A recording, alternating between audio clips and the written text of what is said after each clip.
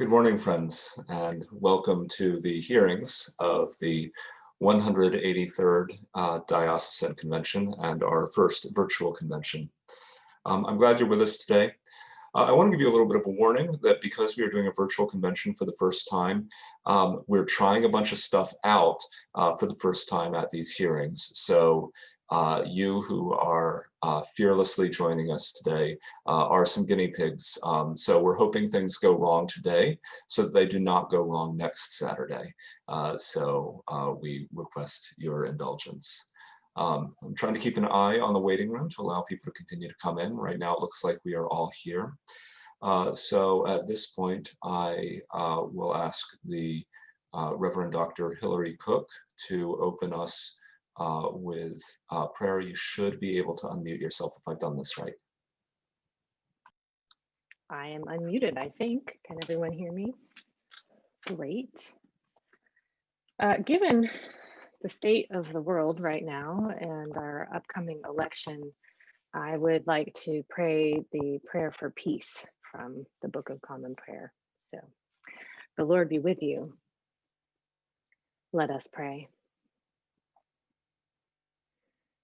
Eternal God, in whose perfect kingdom no sword is drawn but the sword of righteousness, no strength known but the strength of love, so mightily spread abroad your spirit, that all peoples may be gathered under the banner of the Prince of Peace, as children of one Creator, to whom be dominion and glory, now and forever. Amen. Thank you, Hilary. I'm now going to ask Todd Royu, the Assistant Chancellor of the Diocese, to give us a quick overview of what we will attempt to achieve over the next 2 hours, or less if we go quickly. Thanks, Brendan. We have a handful of resolutions that we're going to take a look at first, dealing with some anti-racism work, and then also possibly recognizing Project Home Indy as a cooperating ministry. There are also some canonical and constitution changes that are proposed that we'll go through. There look to be several of them, of course, but many of them are just cleanup in nature, and I suspect that probably will lead to only a little bit of discussion. And then we'll have a short discussion of the 2021 budget before we close. Great, thank you. Before we get into the meat of the content of the meeting, I want to spend a little bit of time going over how we're going to conduct the meeting today. This will be a preview of the way the rules of order will work for the convention as well. I'm going to drop in the chat a link to the rules of order, so if you're not sure where they are, you can get to them quickly. And I'm just going to run through them quickly. First, I do want to give you a couple of housekeeping items. One is that right now you are being recorded. This is not being live streamed right now, but for the sake of transparency, we want to make sure that people who are not able to attend the hearings this morning are able to understand what went on. So that means that people will be able to see you. If you're not comfortable with that, you can turn your camera off, but we do love seeing your beautiful faces. So we hope that you will stay on.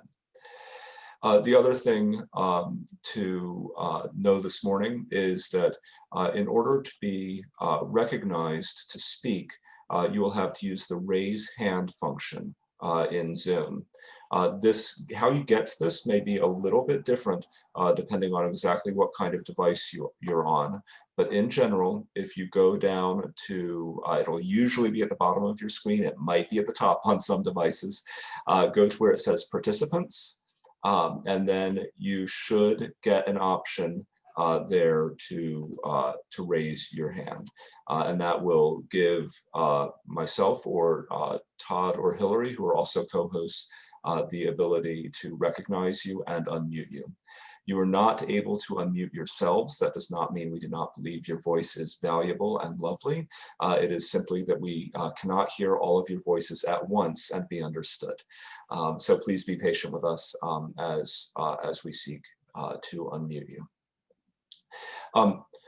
So this is a hearing, which means that this is your opportunity to express opinions or ask questions about the resolutions. This is not a point where you'll be making motions to amend resolutions or other such parliamentary motions. So this is to provide feedback to the Resolutions Committee, the Constitution and Canons Committee, the Budget Formation Committee, that may allow them to perfect these resolutions before they come to the convention floor. When you are heard, it may be that Hillary or Todd, as the case may be, may call upon somebody else in the meeting to address any questions that you bring up. So we'll try to get through this all in good order. Also, this is not like a presentation where you get to the end with a presenter and you get to the Q&A point and nobody has any questions, and so there's an awkward silence for a little while, and then somebody raises their hand to ask a question because they feel bad for the presenter. The resolutions will not feel bad if you don't ask questions about them. So it is okay just to let things go, and that's probably particularly the case when we get to the canon resolutions, which are largely technical and I suspect non-controversial in nature. If you have questions, feel free to ask them. If you don't have questions, there's no need to fill the space. So I have linked to the rules of order, which do relate mainly to parliamentary stuff. But the main things that you need to know today is that for the purposes of making sure conversation flows smoothly, we ask that you limit your comments or questions to no more than 2 minutes. And we will try to be thoughtful about that, but if it does become a significant issue, we may be required to mute people after you hit that 2-minute mark. We hope it doesn't come to that, but just in terms of being able to manage this in a virtual format, that may occur. The other thing to know is that we do encourage you to make use of the chat, especially to reach out if you're having trouble with technical issues that allow somebody to get to you to help you. But you should know that conversations that take place in the chat will not be part of the official record of this hearing. So in order to make your opinion heard, please do use the raise hand function so that we can make sure that you are speaking to everybody. So I believe that is it for my comments. We're going to proceed to the resolutions now. I'm going to drop a link to the resolutions in the chat for you to follow. We will also be presenting the text of the resolutions on the screen, but it may be easier to follow in the link. So with that, I will turn it over to Hillary. Okay, so Brendan, are you able to pull up the first resolution so that, or should people just click on it? Give me just a moment. Okay. People are welcome to click through the link, but I'll be bringing up the resolution as well. Okay, wonderful. I'm also getting a note in the chat that some people are having trouble identifying the raised hand feature. If that's the case and you need to raise your hand, say something in the chat that you wish to be recognized and we'll do our best. Again, thanks for your forbearance on that. Okay, great. Well, I'm going to call on Marianne Scott to speak to the first resolution and sort of present it, since she was instrumental in putting it together. Marianne, I'm going to unmute you. I think I can do that. Maybe I cannot. Oh, there you go. Yeah. Thank you, Hillary. Good morning, everyone. The first resolution is put forth by UBE. And that resolution is titled Diocesan Work on History of Complicity with White Supremacy. This resolution is rooted in our baptismal vow to persevere, sorry, it's early, in resisting evil, and whenever we fall into sin, repent and return to the Lord, acknowledges and laments the sins of white supremacy and systemic racism that has divided, broken, and limited us in our mission of reconciling all people to God and each other through Jesus Christ and in becoming the beloved community. So as our way of working through that, towards that end, we would like to ask that the diocese do some work on reconciliation and finding out our history, the history of parishes, the history of each region. And we are asking in that end that our diocesan historiographer and under the direction of our local UBE chapter, along with a team of 6 volunteer lay leaders, composed of 1 leader from each diocesan neighborhood, gather stories and examples of our historic complicity in acts of prejudice, discrimination, racism, and systemic oppression from our congregations. We are also asking that every congregation, we're directing that every congregation, vestry, and bishop's committee, clergy person in charge, and warden, along with aiding in UBE, the collection of these stories from the church's historic complicity, prejudice, discrimination, racism, and systemic oppression from our church records, members, and local neighborhoods. We also are asking for any positive stories of racial reconciliation also be told. We would like to have this presented at our next convention and allow all of the congregations to put compile each of these stories in a video documentary presentation and collection. And we're also asking that the convention budget $25,000 for the implementation of this resolution to cover vendors and contractor costs, including but not limited to project management, videography, and audio recording and production, website development and interviewing, data collection, and serving under the direction of UBE. And UBE put forth this in order for us to search our history and make atonement for things that we may or may not have done in the history of our diocese. And we also would like to have this culminate in a service of reconciliation for the entire diocese and healing. So this is what we've put forth in order to help facilitate that work. Thank you. Back to you, Hillary. Thank you, Marianne.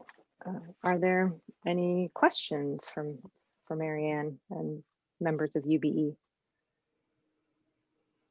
Louise Ronald has raised her hand. Let's see. I think I can unmute you. All right, go ahead, Louise. Will there be training on how to do this research about what happened in your parish? Well, we are going to be working with the historiographer, and I know I'm mispronouncing that, I'm butchering that term. And that person, and also we'd like to get a project manager to help facilitate that as well. And there will be training. Our anti-racism task force will also be involved in this and will be able to assist.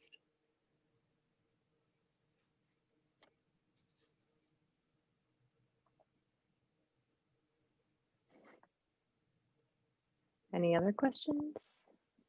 I'm looking for raised hands. I'm looking in the chat.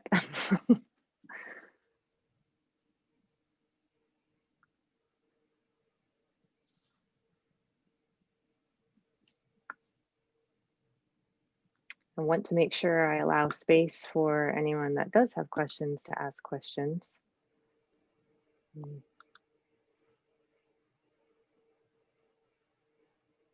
We have a raised hand from Leslie McKellar. Okay, can you unmute Leslie?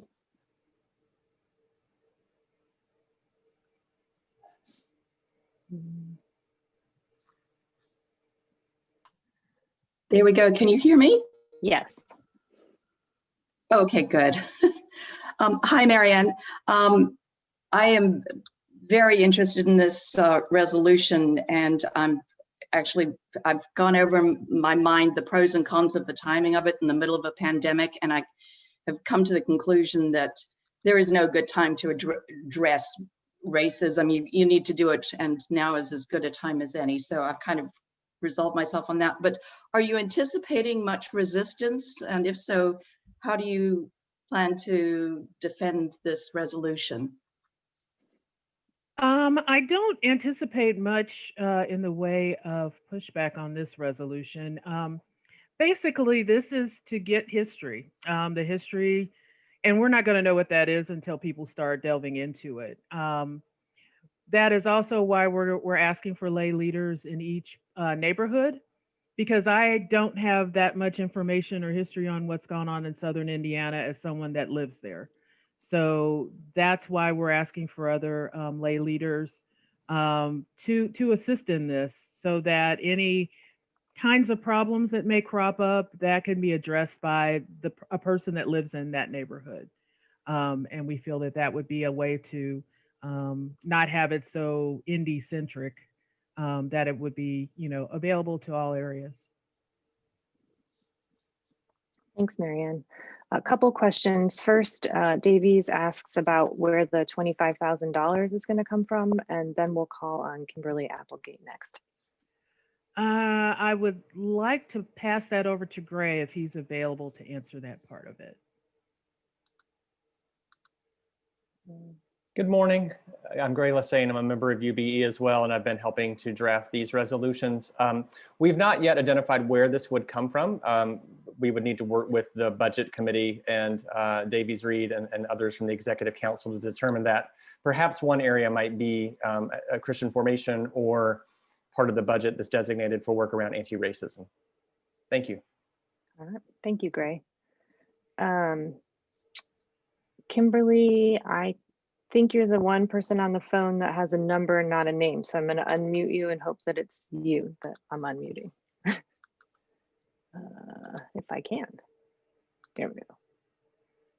Nope, still looks muted. Brendan, any ideas on why it's not unmuting? Phones are tough. Okay. So if you're on the phone and you're not able to speak, we'd certainly be happy to accept your feedback offline the best we can. Yeah, or Kimberly, maybe you can send the message to Davies and he can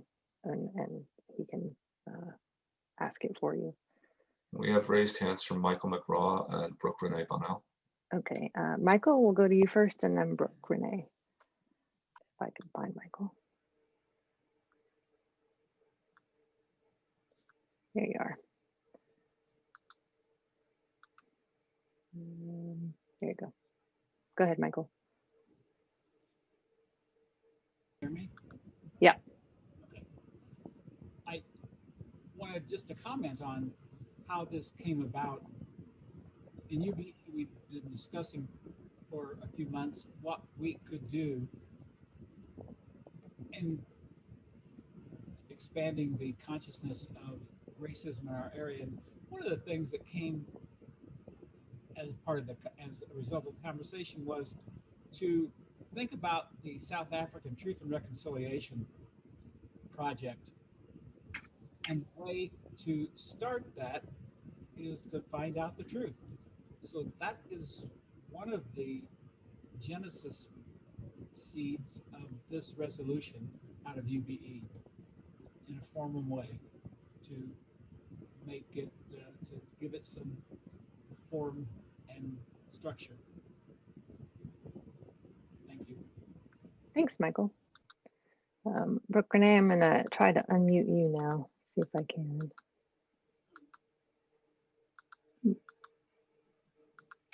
There we go. Go ahead, Brooke Renee.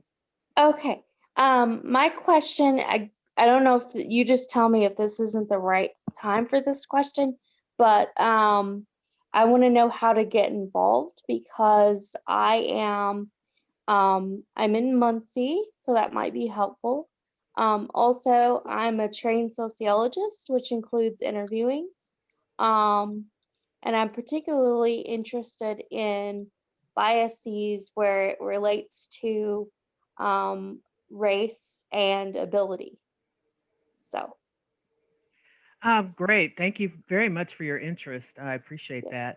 that. If you would like to send an email to ubeindy@gmail.com. That is our Okay. official email, and we'll get you noted that you'd like to help us. Okay. Thank you for that. You're welcome.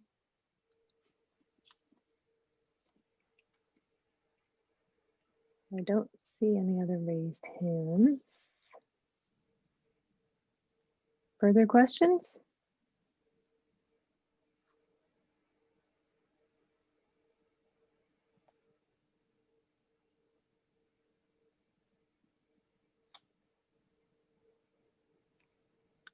Thanks, Greg. Greg has put the email address in the chat if you haven't seen it. Oh, here's Kimberly's question. So Kimberly just completed the Sacred Ground course, and what she learned about her local community, about Indiana and the history of America that we did not learn in school. She only wishes that every American had this opportunity through film, group discussion, and readings. Yes, Kimberly, I concur. I was in the Sacred Ground course with Kimberly, and it was very eye-opening for those of us who grew up with an education that did not include a lot of the Black, Indigenous, people of color history. So yes. Are there going to be further Sacred Ground courses, Marianne? Do you know? Yes, UBE is sponsoring that. Myself and Deacon Kathy Scott are going to offer it again in January. With Zoom, we can also have a whole lot more people to participate. So we will keep everyone updated on that. We'll send a notice out in the Diocesan newsletter when you can sign up. Thank you. Any other questions?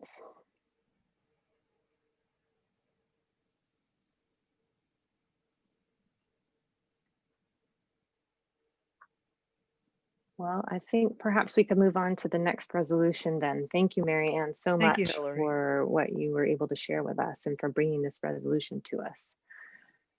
The second resolution is congregational anti-racism work, and I'd like to call on Valeria Phillips to speak to this resolution. I'm going to unmute you, Valeria, if I can.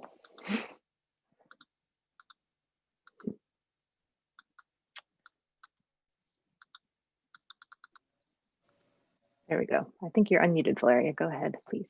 All right. Thank you very much. I'm Valeria Phillips, and I attend St. Philip's, Indianapolis, and I'm also a member of the Indianapolis chapter of Union of Black Episcopalians. This resolution is simply to affirm and make a statement that Black lives matter. It is really essentially to carry on the work that we've been asked to do by our General Convention. We also would like to go on record as decrying every form and expression of racism and white supremacy, including those expressions by alt-right white supremacy, the Ku Klux Klan, Christian identity adherents, white nationalism, and neo-Nazism as antithetical to the gospel of Jesus Christ. And this is something, of course, that we see in our baptismal vows as well. We would also resolve to charge our clergy and lay leaders, congregations and ministries to denounce, repudiate, and actively work against white supremacy and every form of racial and ethnic hatred as evil and anathema to the vows of our baptismal covenant. Also, we see this in part being done by directing each congregation and diocesan ministry to report to the Secretary of the Diocese no later than the end of August in 2021, the work that their congregation or ministry has done between November of this year, which is the month of our convention, and August of next year in dismantling systemic racism through storytelling, community listening, and engagement with civic organizations and partner religious institutions. Some congregations we know are already involved in doing this type of thing. This is encourage this effort to be diocesan-wide. We would also direct that the Secretary of the Diocese publish these reports in the preparatory materials for the 184th convention, our convention for next year, so that This is not work that's just kept locally, but it's something that we can share across the diocese. A lot of times we'll get ideas from this. We would also like to direct each canonically resident active deacon and priest to report to the bishop in writing no later than August the 31st of next year, the work they have personally undertaken within the past year to dismantle systemic racism through preaching, teaching, storytelling, community listening, and engagement with civic organizations and partner religious institutions.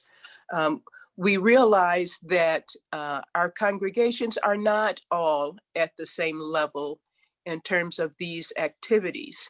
So the intent is not to have everyone do the same thing. The intent is to have each congregation decide what is appropriate for them. And we do want to submit this resolution in the hopes that this diocese will affirm the dignity of lives that have historically and in this current moment been in danger. This is our theological and baptismal call, not just to say the words, but to be active in living out the great commandment to love our neighbors as ourselves. So I ask for your consideration of this resolution. Thank you, Valeria. I'll just add that Gray put in the chat box that they suggested the August date to give time for the Secretary of Convention to prepare the data in order to present it at the next Diocesan Convention. Absolutely. Mm-hmm. Questions? I'm looking for raised hands.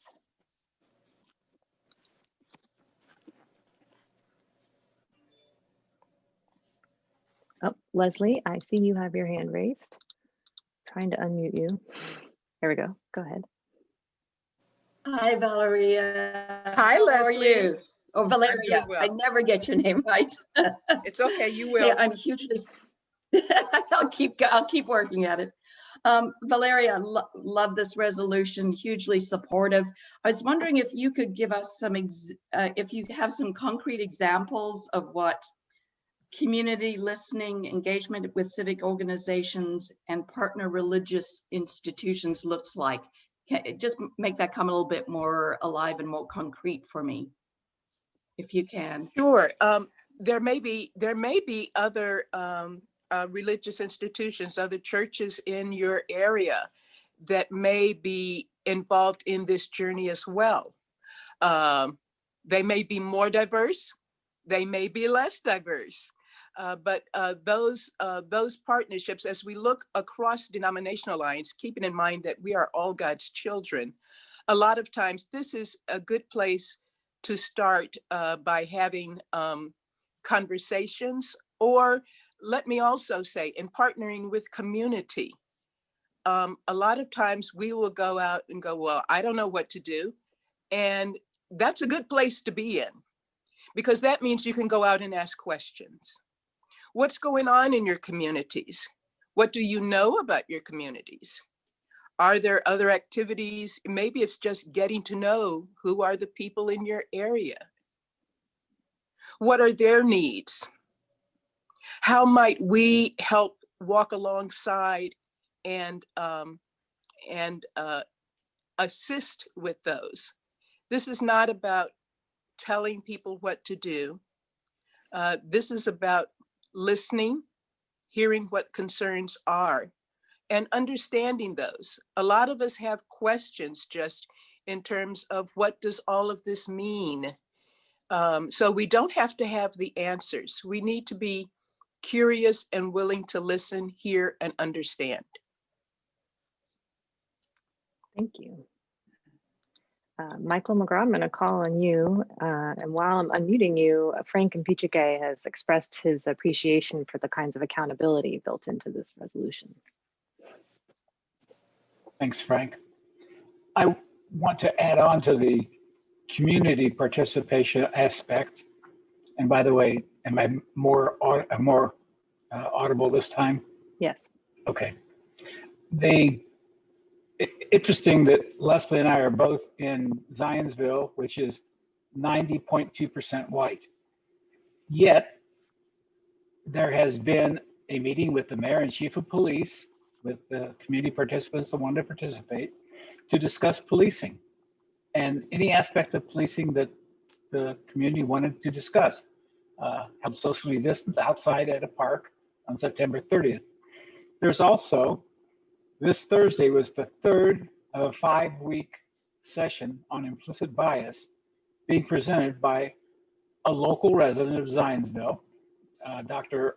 Armstrong, and she developed a curricula for Loyola Marymount University, where she was an instructor, and it's been used throughout this country and others, and widely recognized. So this is the kind of thing that we can plug into, particularly support and encourage in our community, whether it be a small one like Zionsville or a bigger one like Indianapolis.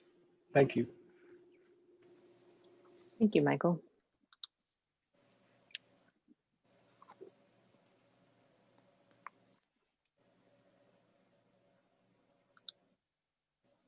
Further questions and comments? Oh, Frank, you have your hand raised. Go ahead, Frank. I'm just wondering, with this, do you anticipate any budgetary needs or would this be, I'm guessing some of this is going to come from the parish and doing what they're doing, but I wonder at a more global sense, is there any anticipation of funding that you will need? This resolution does not include any additional funding. There may be others who want to speak to that.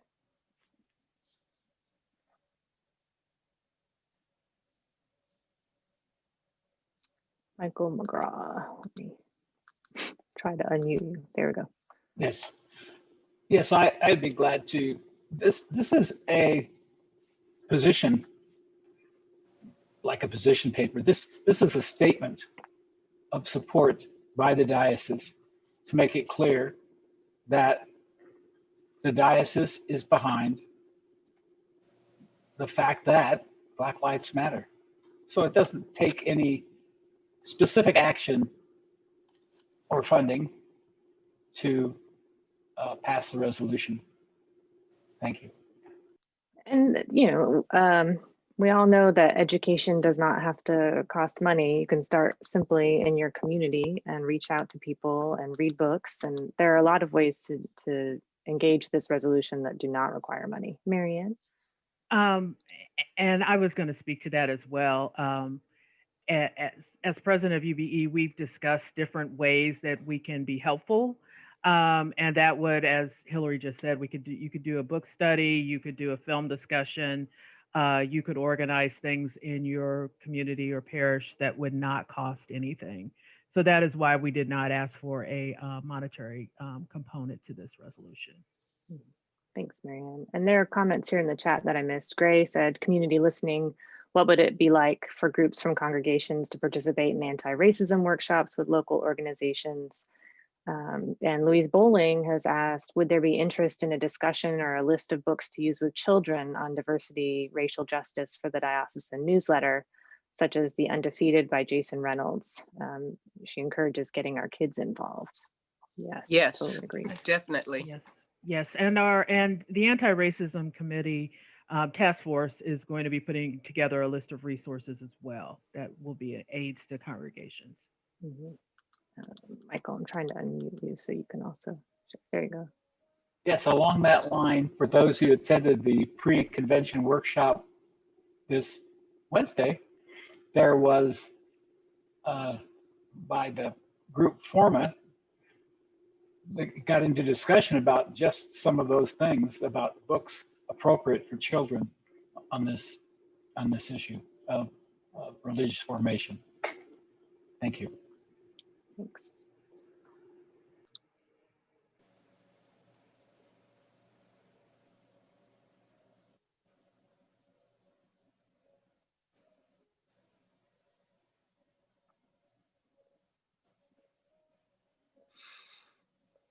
further questions, comments?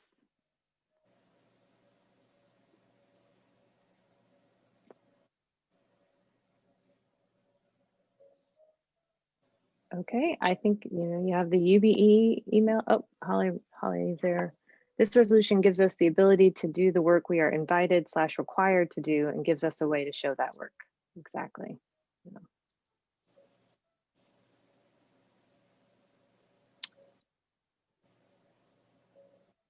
Well, Brendan, I think we're ready to move on from these. Oh, no, Michael's got one more thing to say. Hang on, I'm trying to unmute. There you go. I apologize for taking so much time in statements. Another thing that was discussed about this is large work. Both of these resolutions are large work, but especially by publicly stating that the diocese supports Black lives, that we can, throughout the diocese, start to become the beloved community that we are called to be, and hopefully maybe influence others to consider this type and other organizations. So that's a lofty goal that we're hoping for. Thanks again. Yeah, thanks. Yeah, Patrick Berg said starting this work is the hardest part, and this resolution allows for both various entry points and the accountability to ensure that we do it. And Kate has said, as Marianne said, there will be additional support from the Diocesan Racial Healing and Reconciliation Commission, including book recommendations, trainings, and support for conversations within congregations. Yeah, this is a well-supported resolution. No one's going to be alone in trying to undertake this work. So I don't want to cut off conversation, but it does seem like we're in a good place to move forward. So I think we can do that.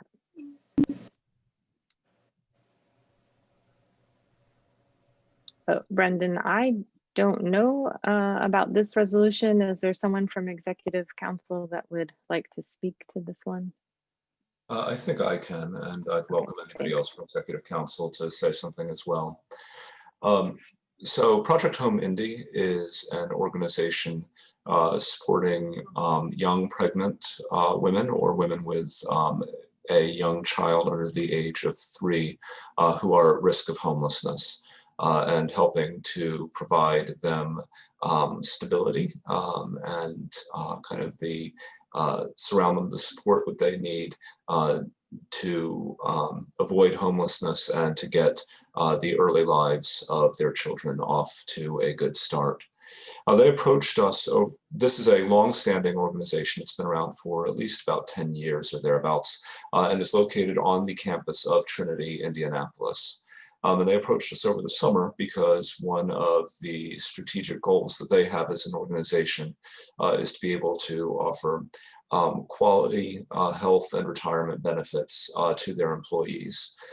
They currently do offer health insurance to their staff, but saw the opportunity to provide better quality insurance at a price that they could afford.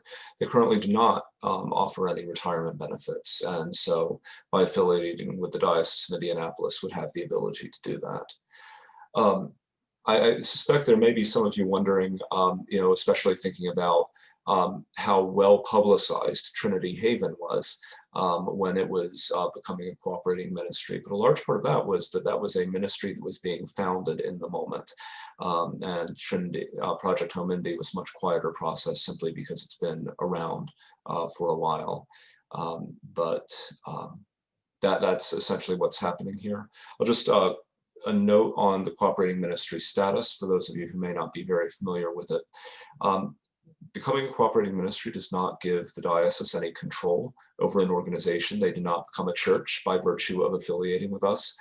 We merely affirm that the organization has a mission that is congruent with the mission of the diocese, and that we have a really practical way that we can support their ministry through employee benefits. We also get an advantage through expanding our insurance pool. The employees of cooperating ministries tend to be younger than the core diocesan insurance pool. And so that generally helps improve the demographics of the pool and can help slow the rate of the increase in cost of our health insurance. So I'll stop there. Happy to take any questions. There's a question in the chat. Is Project Home Indy an independent 501c3? Yes.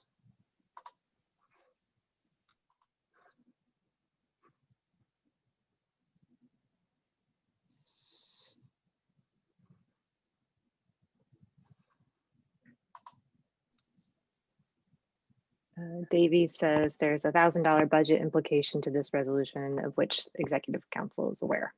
And George Plews agrees.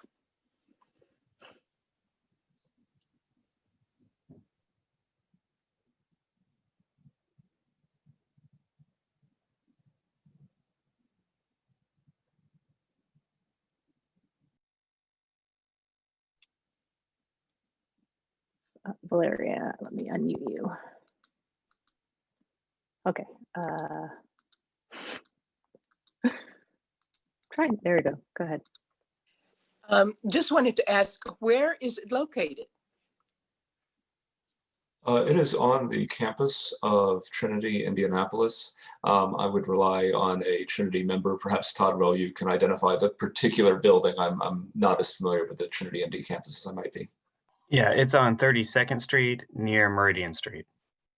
It's a home that's owned on the campus, and it's been leased at effectively no cost to Project Home Indy now for 10 years or a little bit more. And it's we have it built so that automatically renews. So they're in their first 5-year renewal, and they're still going strong. It's a great ministry that we thoroughly support.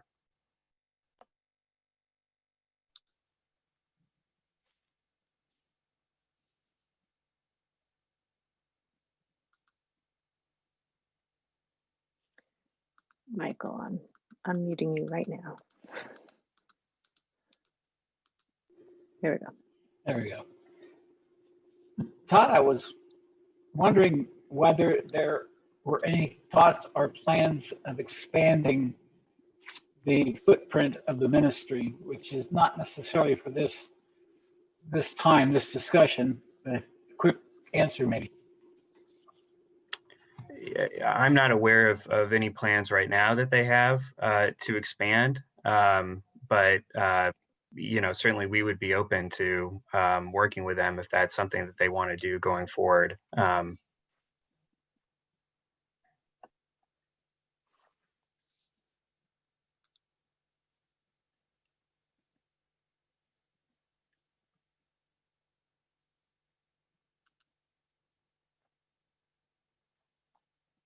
Any further questions, comments?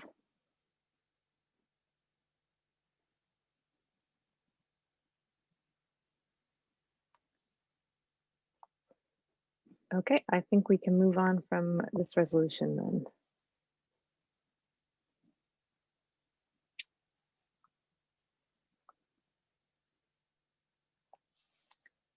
Which takes us to the end of these three.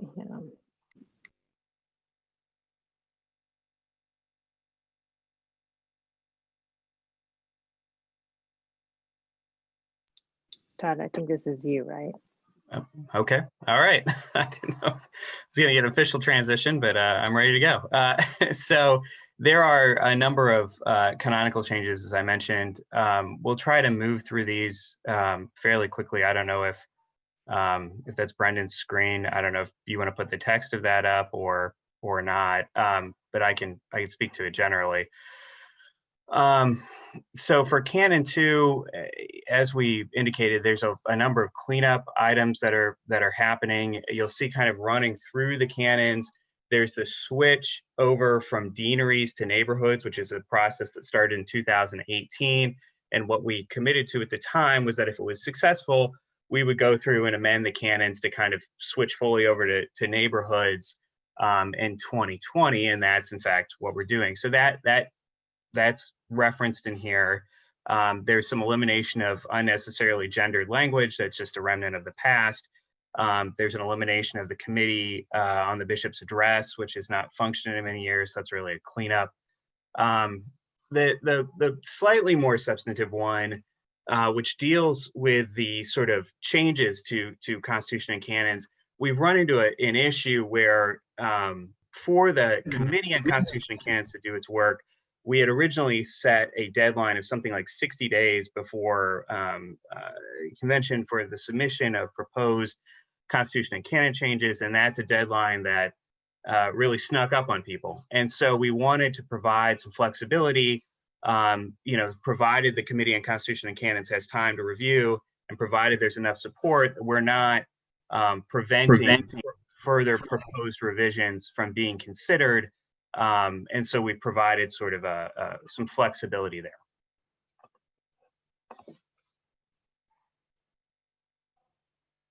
Are there any questions on or thoughts about Canon 2? I may need some help from Hillary and Brendan to figure out if people are raising their hands. I have to admit, I'm not I'm not fully Zoom fluent yet. I don't know if that's I feel like I have no excuse at this point, but that's where we're at. So.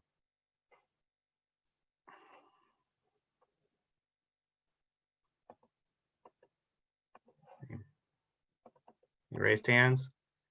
Well, this is not necessarily an exciting start. So, all right, well, let's, if there aren't any comments, then let's move on to the next canon, which is Canon 5, Section 4. And so this is a canon that chairs several different bodies, including some that are traditionally associated with women in the Episcopal Church.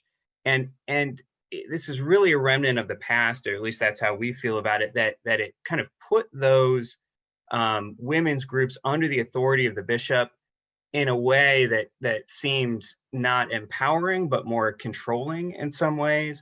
And we're interested in moving beyond that to recognize the work that these important independent ministries are doing, and that they don't need to get the bishop's permission or control to continue on with that important work. Some other changes here: the Committee on Mission Strategy has been dormant for a while. This amendment is intended to sort of reinvigorate their work by kind of clarifying the purpose that they serve as an advisory body. Some other changes here: they introduced term limits for members of the Investment and Finance Committee. There's a little bit of cleanup here with regard to the Finance Committee versus the Investment Finance Committee. The Investment Finance Committee, I think, is doing a lot of the work that we originally envisioned the Finance Committee to do. So it's just a reflection of that.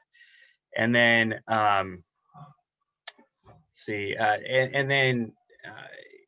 there's also a proposed amendment to develop a gift acceptance policy for the diocese. So that's really the general overview of the several things that are happening in this amendment to the canon section. So are there any questions or thoughts on these revisions?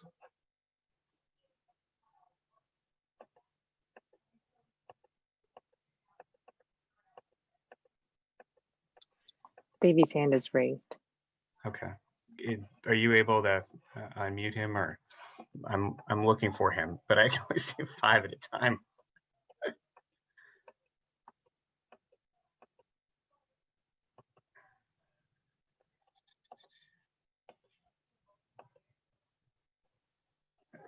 Are you able to unmute him, Hillary? Okay. Yeah, got it.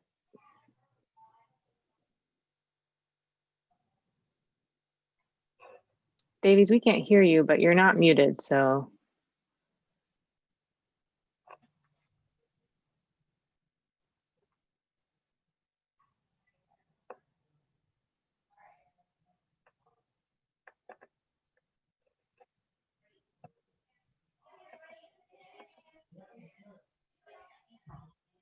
Try again.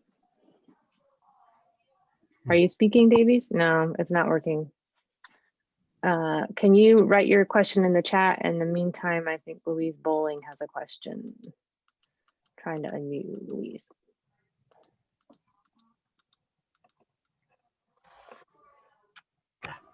Okay, we good? All right.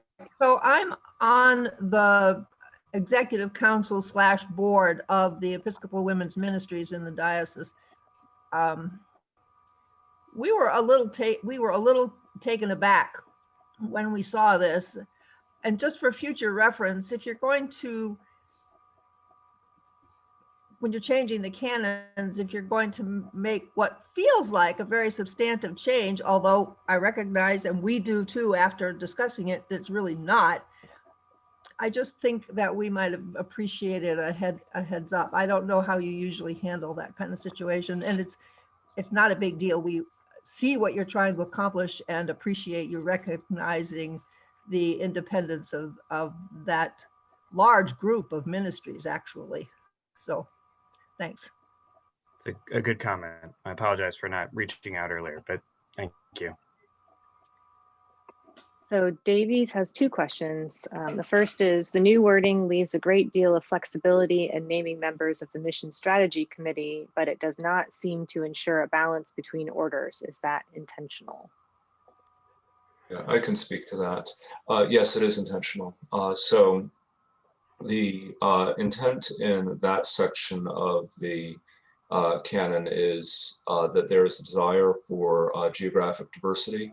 But given the revised mandate of the committee, it was viewed as most important that the bishop be able to get the most qualified and most committed people on the committee, regardless of order, although with the intent of getting a fair geographic representation across the diocese. And then the second question, there is no mention of a target or maximum number of people on the Investment and Finance Committee. The change does seem to reflect the possibility that as few as 3 people could comprise the body should the bishop think this is prudent. Is that intentional, or why? Yeah, so I can't speak to the original intent of this canon as written. So there has not been a change. So there's no change here in the sense that the canon as it is currently written also allows the committee to have as few as 3 people and as many as the entirety of the diocese's members in good standing upon it. So, because right now there is no specification of the number of people on the committee, and this does not change that. So that may be a worthy future amendment, but there was no attempt to address that particular issue in this amendment to the canon. And then the final question is about term limits. Yeah, so there are 2 things that are popping up here. One is that the Investment and Finance Committee had no identified terms.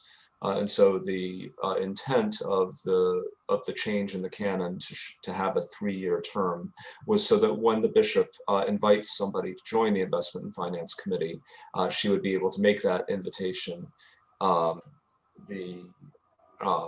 to say, would you like to join this committee for a 3-year term, rather than would you like to join this committee for life? So it's intended to give people a graceful off-ramp. C. Davies and I did have some previous correspondence in this earlier this week, or perhaps last week, it's hard to remember, where he did have some concern about the term limits, which previously there were no limits, and now the revised canon suggests that there be a limit of two consecutive terms, and then you'd have to take a year off. So that's the same as what it is for executive council. And that's kind of why it was put in there, that it was put in there just to be harmonious with executive council. That said, there's no inherent reason why this needs to be the same as executive council. And C. Davies raised the concern that particularly with investment finance, there's a institutional memory that this could inadvertently exclude. And so I think were that to be changed in this amendment, at least in my capacity working on these, I wouldn't have an objection to that. I can't speak for the rest of the Constitution and Canons Committee other than to say they'll take it under advisement.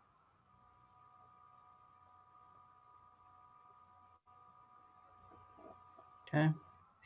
Any other questions or thoughts?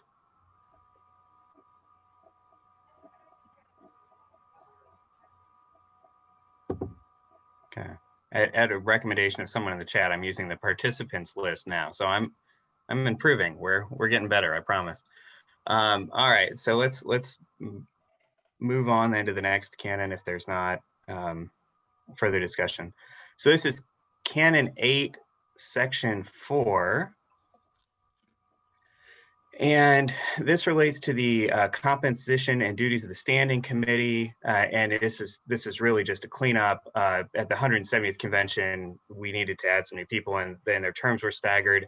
This is just removed because it's no longer relevant. We've just progressed in time far enough that it's no longer relevant, has no effect. So I'm assuming there's not going to be any real concern about that. So let's go ahead and move on to Canon 9. So Canon 9, this is again, a lot of these changes relate to the switch from deanery councils to neighborhoods. You'll see that reflected in a number of these changes. As I said before, there has also become an issue with some vacant seats on the executive council, mostly in the clergy order. What we have is some regions with a very small number of clergy in them. And what this proposed amendment does is it allows, when there's not a clergy member who's willing or able to serve, it would allow a lay person to fill that role, just to make sure that we're getting broad, as Brendan was saying, broad geographic representation on these boards, which was the intent, and not either forcing clergy into a position of feeling like they have to serve if they don't want to or not able to, but also not then forcing the neighborhood not to have a voice in the group. Proposal does several other things as well. It clarifies the terms of the office of the bishop's appointments to the council. It also importantly clarifies permissibility of online meetings, which is very important in a COVID time. Another change that's here is it reflects how the practice is actually happening now. Consistent with with retention of many clergy, the bishop has a letter of agreement with the diocese that provides for mutual ministry review that's performed by the Standing Committee. It's not performed by the Executive Council, and really consistent with many other organizations. The structure that this puts in place is a situation where the bishop would review staff, and then the bishop is then reviewed by the Standing Committee. So it's trying to make it consistent with the way that other organizations are typically run. And then otherwise it removes a little bit of language that's no longer relevant related to this staggering of terms. So does anyone have questions, comments on changes to Canon 9?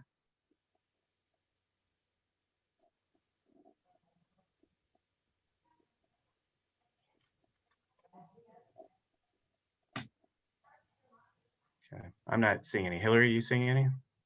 Okay. All right, let's go ahead and move on to, scrolling down here. Canon 10 is next. So Canon 10 relates to, again, the change from deaneries to neighborhood structure. It codifies the shared leadership of the neighborhoods between lay and clergy leaders in a format that I think that we would expect. And it actually clarifies also that the purpose of the neighborhood meetings are envisioned for a sort of larger purpose than just governance. It's also an opportunity for prayer, spiritual formation, exploring opportunities for regional ministry, really partnering with your area churches and in good works for your community. So that just puts that in the canon as well. Are there any questions or thoughts regarding Canon 10?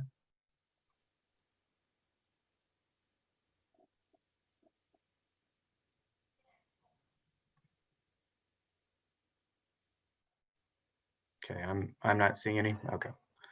All right. Well, let's move on then to the next canon on our docket, which is Canon 19, Section 2. This one is really about the filing of the parochial report, a very exciting topic, I know. But it sets the filing deadline for filing parochial reports, and it confirms that online filing by itself is sufficient, no need to follow up with a paper copy. So I'm sure that's very controversial.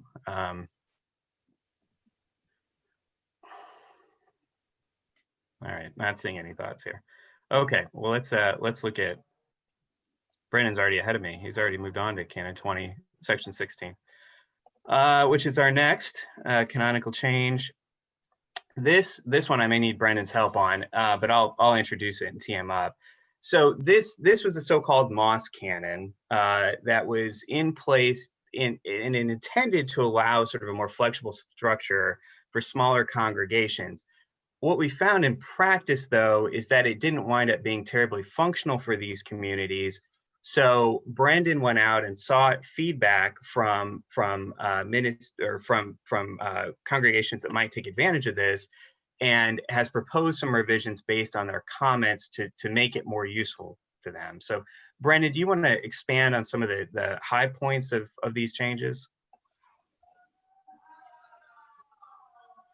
Yeah, thank you, Todd.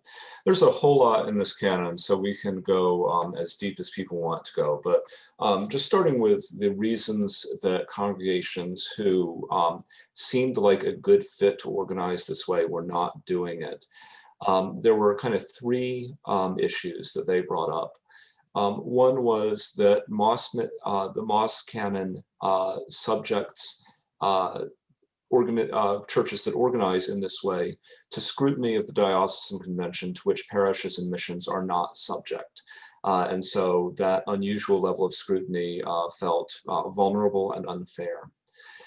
There also was implicit in the canon an annual threat of dissolution under the sole authority of the bishop, which again seems to put congregations that organize this way in a uniquely vulnerable position.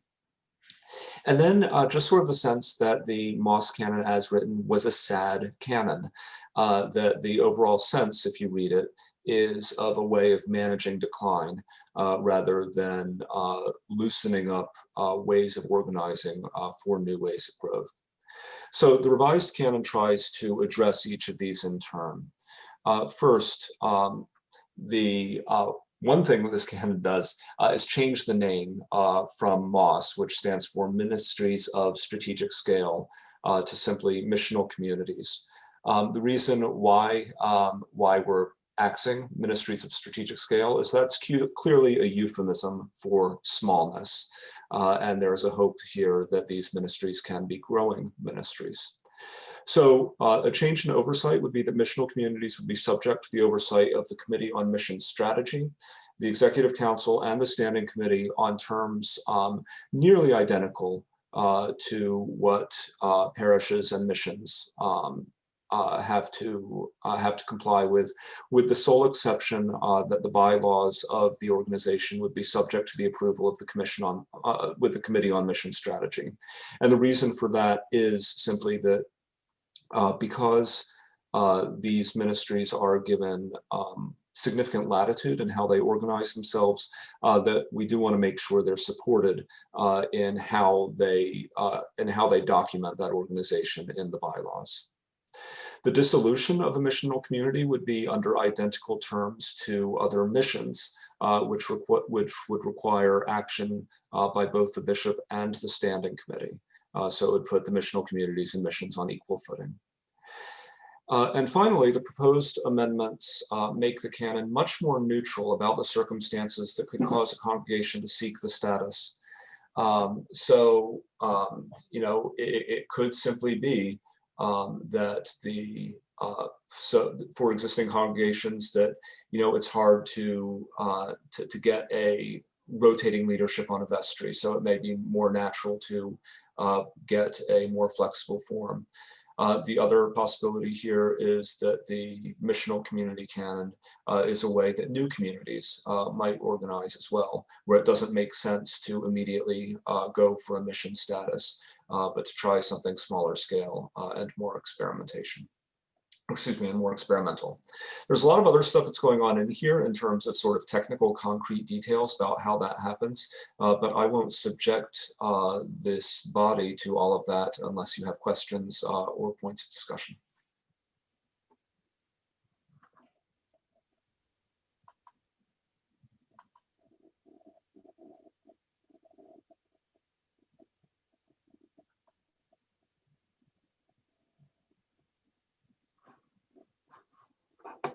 see Frank Impeachke has his hand up.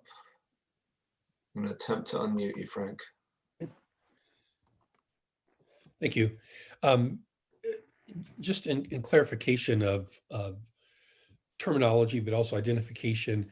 So, you know, as we look at like innovative ministry, things that are what I would call expressions of church, a term that we learned in the Learning from London.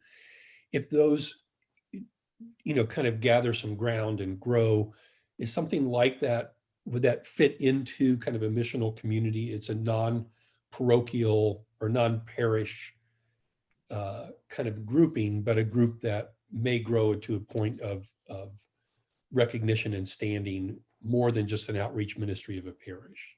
Yeah, that's exactly right, Frank. So if you think about a church that has just sort of a coffee shop ministry, thinking about the Distilled Theology Collective and things like that. So that at this point doesn't need to exist as an independent entity. It's a pretty clear affiliate with existing congregations. But it's also easy to kind of do a thought experiment that sees it spinning off into its own thing. And an organization like that needs some kind of governance apparatus, but what it doesn't need is a vestry. And so this is intended to support that kind of organization. Thank you.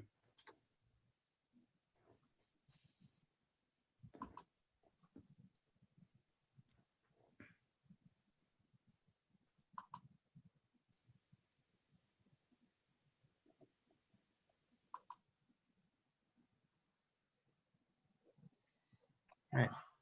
Does anyone else have any thoughts or comments? I'm not seeing any other hands raised.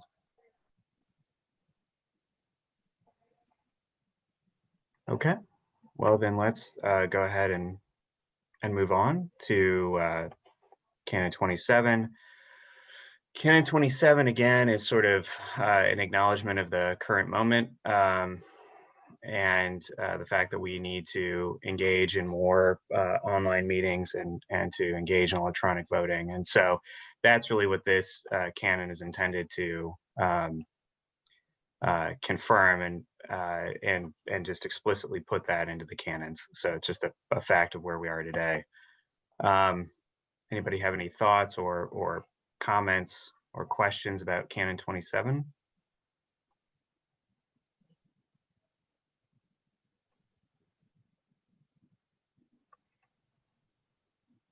All right, I'm not seeing any. Okay. If there are none, let's talk about Canon 30.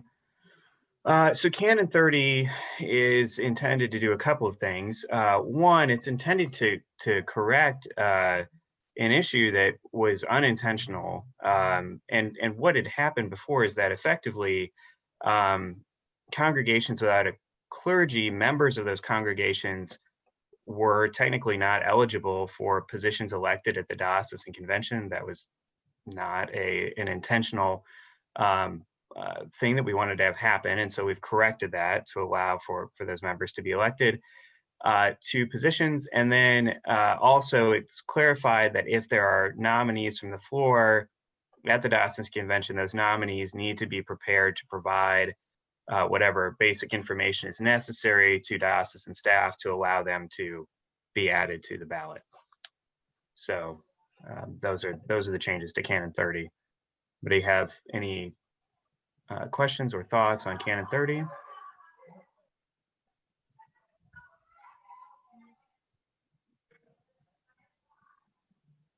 Okay.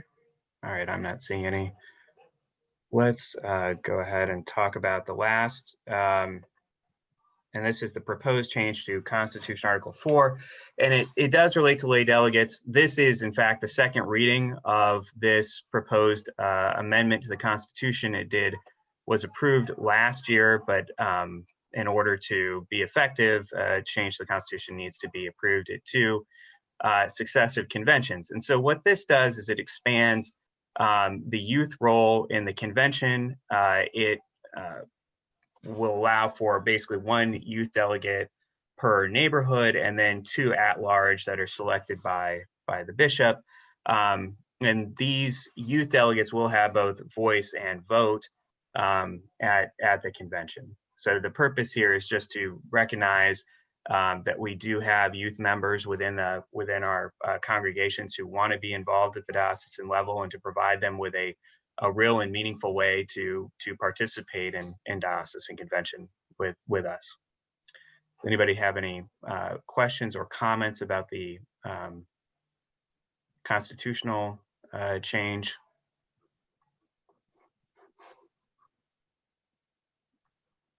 There was a comment on the previous resolution, just asking about writing the opening paragraph without gendered language. That seems like it should be pretty easy to Oh, that would be fine. Yes, tend thank to. you. Yeah. C. Davies Reed, I appreciate that. Well, we will make that note. Yeah, these are some of the holdovers that we, will progressively work out of these canons, hopefully over time. But that's a good point. Okay. On the all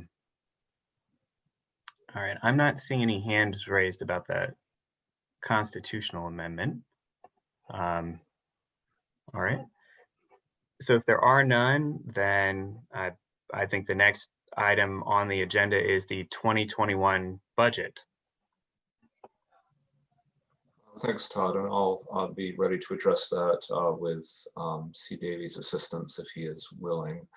I do just want to flag on the constitutional amendment that this will be the most adventurous vote that we will be taking at the convention, because the second reading of a constitutional amendment to become effective requires a 2/3 majority vote in each order. So that's complicated enough in real time, and it will be exciting to execute on Zoom. So C. Davies also asks if the canons are presented as a block or individually. They will be presented individually. All right, give me a sec. I'm going to share my screen with the budget. Hillary, if you would be able to do me a favor and unmute C. Davies, please, I'd be grateful. I'll do my best. Hopefully we'll be able to hear him this time. Davies, can Oh, you? right, there might be that issue. Okay, we might rely on C. Davies for color commentary in the comments. So.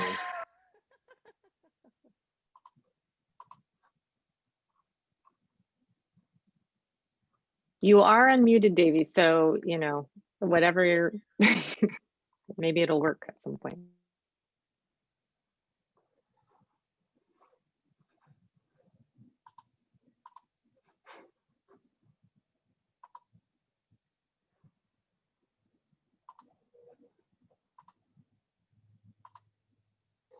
Okay, so C. Davies is not working. I guess we'll get color commentary in the comments.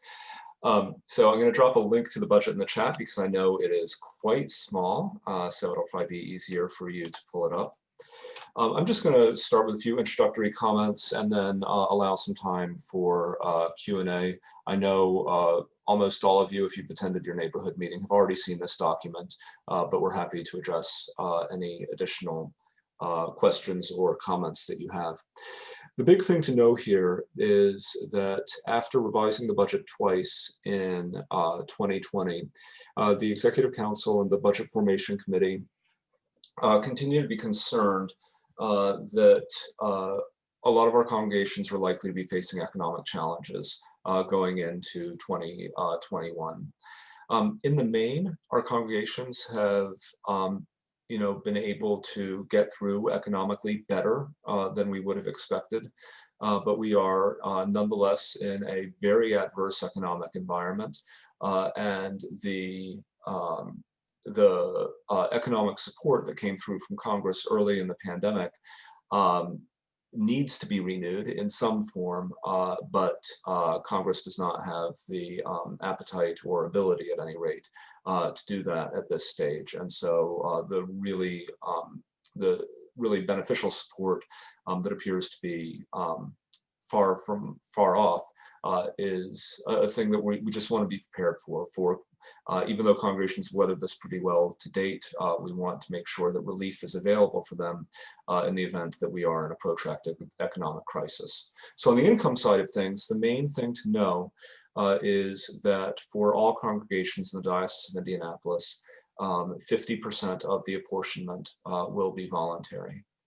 Now, that is made possible in part because 10 congregations at the request of Executive Council have affirmatively committed to pay their full apportionment in 2021.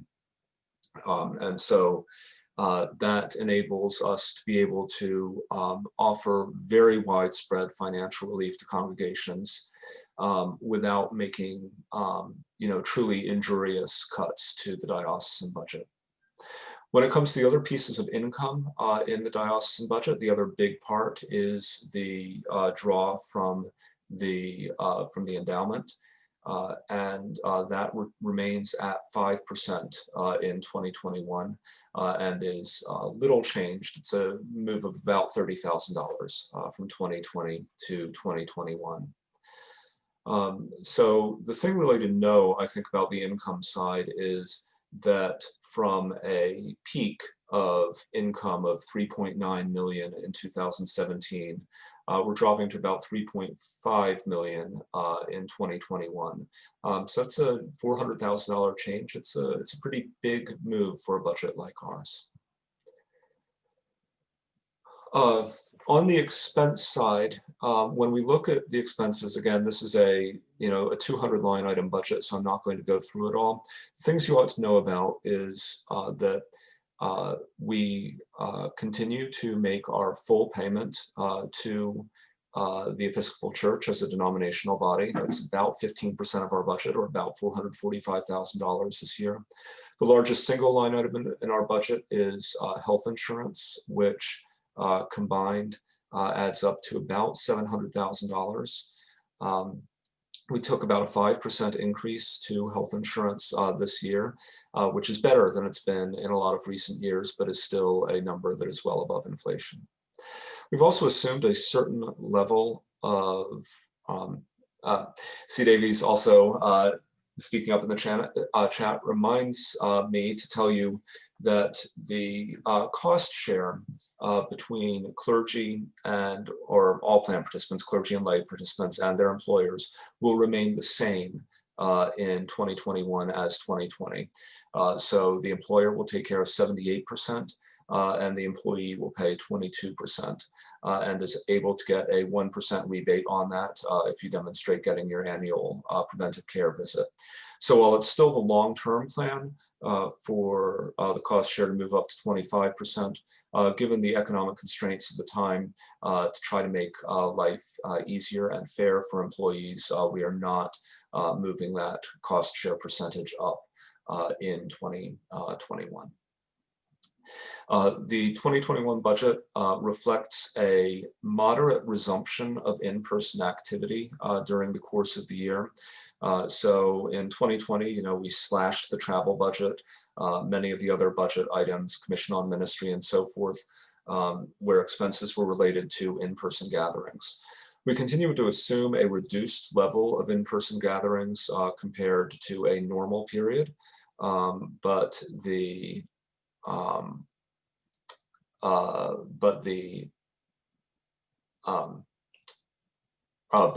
at any rate, so a partial resumption, but a reduced level. Sean, I see your question about the PPP, and I'll get back to that in a moment.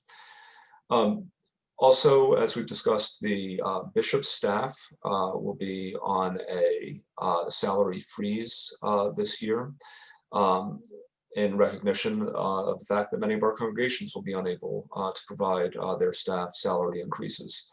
We do, however, continue to encourage congregations that do have the ability to provide a cost of living increase to do so. But to the extent that we have congregations facing financial challenges, know that the bishop and her staff are sharing in some of that sacrifice as well. I'm happy to address any other line items.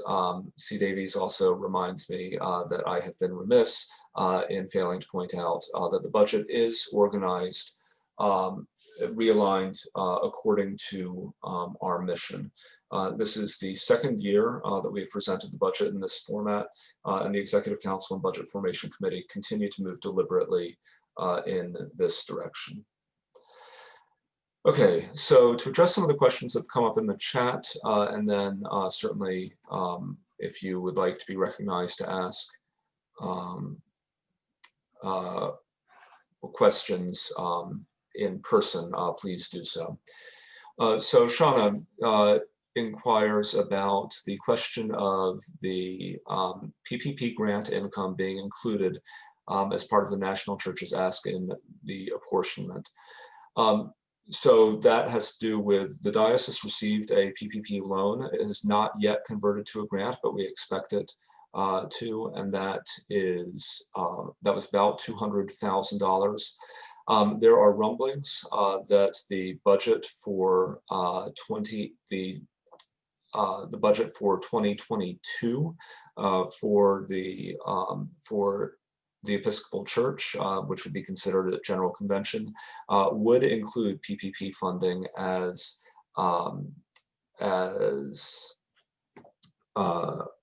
accessible for apportionment purposes. I think that's a bad idea.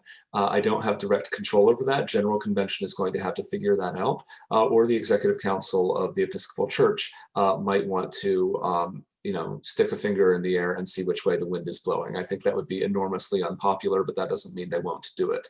But that is an item for our General Convention deputation to be engaged with. The add-on question there is, what does that mean for the diocesan assessment to congregations going forward? I think that as the parochial report is currently written, PPP income would technically be subject to apportionment unless Executive Council decides that it's going to do something different. And so as things are currently written, if Executive Council were not to act, I think PPP income would not be sheltered.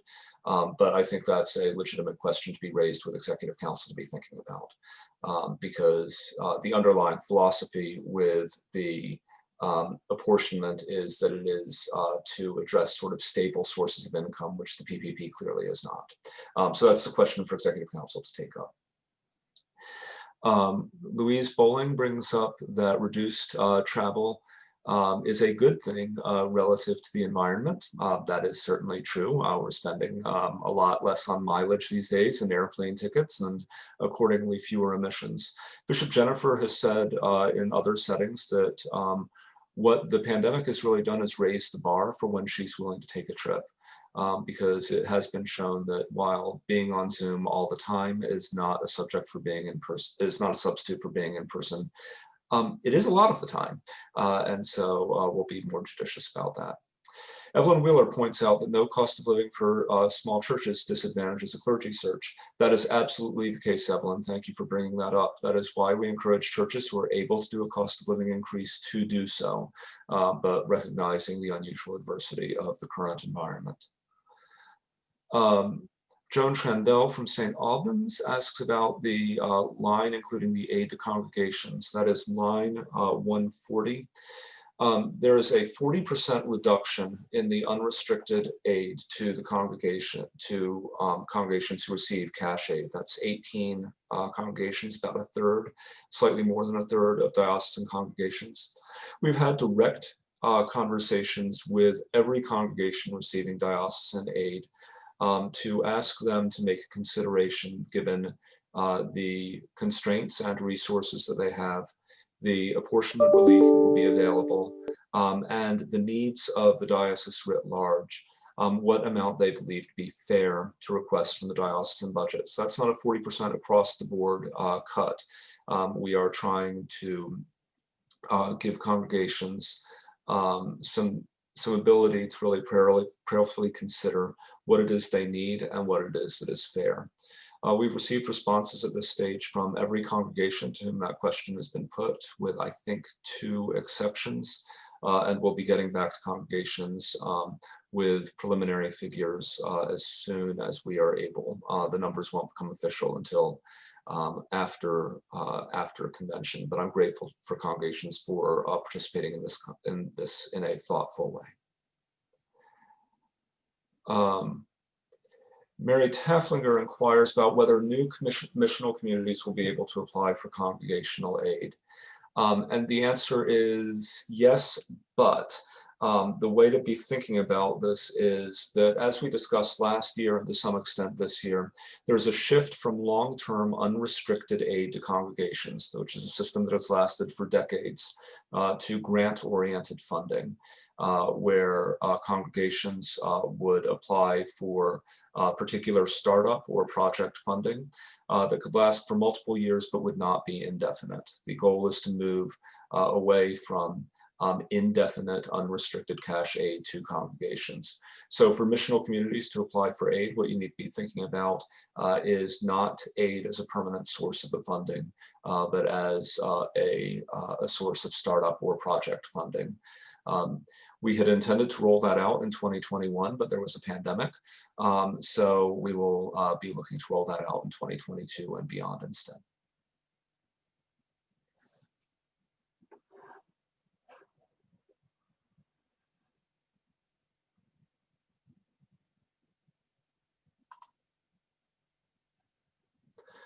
I do not see any other conversation or raised hands. So C. Davies notes to me on the question of the endowment draw. Those of you who have paid attention to the budget for a while know that getting to a 5% draw has been a hard-won fight over many years, that we have overspent the endowment pretty consistently. And I don't necessarily put a value judgment on that. For instance, we overspent the endowment in a significant way in 2008, 2009. Well, that was a massive recession, and we overspent the endowment in service of doing on-the-ground ministry. That wasn't necessarily the wrong call. But you can't do that all the time and preserve the purchasing power of the endowment. So we've been very deliberate over these past few years to get to a more sustainable level of spending. Up until the last, 5-7 years, 5% was generally regarded as the sustainable number. But the fact of the matter is that with unusually low interest rates and projections of modest stock market returns, that the number actually probably needs to be closer to 4.5%. So we're glad that we've gotten to 5%. We're glad that we're able to hang on to 5% in this difficult year. But just know that the Budget Formation Committee and the Investment Finance Committee will probably be looking to get that number down further. Evelyn Wheeler inquires about how the endowment level compares now versus last year or years previous. So we've been hovering in the $30 to $32 million range for a number of years now. So that's good in terms of actual principal value. We haven't really been losing it, although, day to day is a whole nother thing. But from an inflation adjusted standpoint, we have been losing value, especially when you consider that the inflation rate for the diocese is higher than the inflation rate for kind of the world at large, because health insurance makes up such a massive proportion of our budget. So we're not keeping up with where we need to be. And that's a significant issue that is high on the Investment Finance Committee's radar.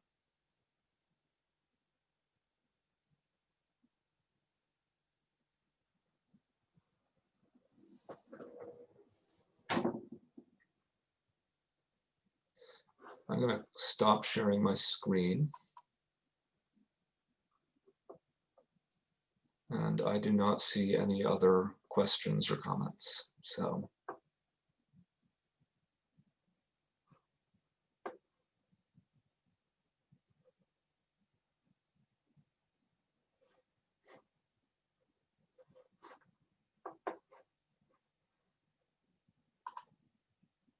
Well, if there's nothing else, we can finish this hearing half an hour early. There's no reason to take it any longer than we have to.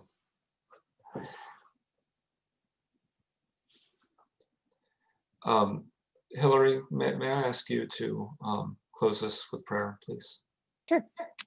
This prayer is for the mission of the church, and it comes from the New Zealand Prayer Book. The Lord be with you.